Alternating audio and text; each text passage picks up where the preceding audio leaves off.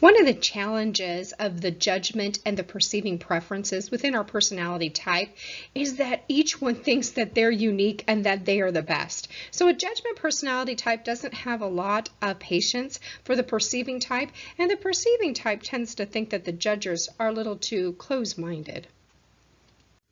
However, each one of these preferences, both judgment and perceiving, have great gifts. And the gifts of the judgment preference deal with a lot of many things. In particular, they have a great system in doing things. They like to accomplish things. And it's natural for a judging type to decide what is best and the best way of doing things and then to do it that way. Now, if they have the thinking process with the judgment, it means that they are very logical. When they have a feeling process with thinking, it means that they're going to look at what's most pleasing, suitable, or even proper.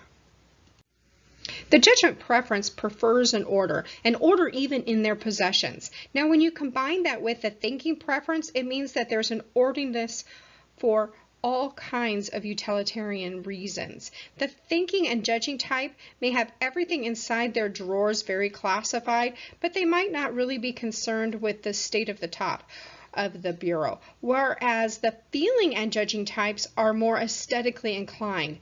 They want everything to be organized all the way around. When we look at planning life, remember that the judgers really do want their activities in a program or a schedule. They want to have it decided in advance. They want to know what's going to be accomplished, and they want very careful and even sometimes some long-range plans. Now, if you are a feeling and a judging type, you're going to also have full schedules that are going to have a lot of social activities. Another gift of the judgment preference is a sustained effort. Once they decide to do something, they're going to do it. They have an impressive willpower, and it is going to result in an impressive accomplishment. It is going to be exquisite. They are decisive. The judging preference is decisive. They know that not everyone who lives in this attitude actually enjoys making decisions, but they dislike having things undecided. And therefore, we're going to see that they love to come to conclusions. They have the ability to exercise authority. They want to see others perform to and conform to their standards, and they're glad to advise them.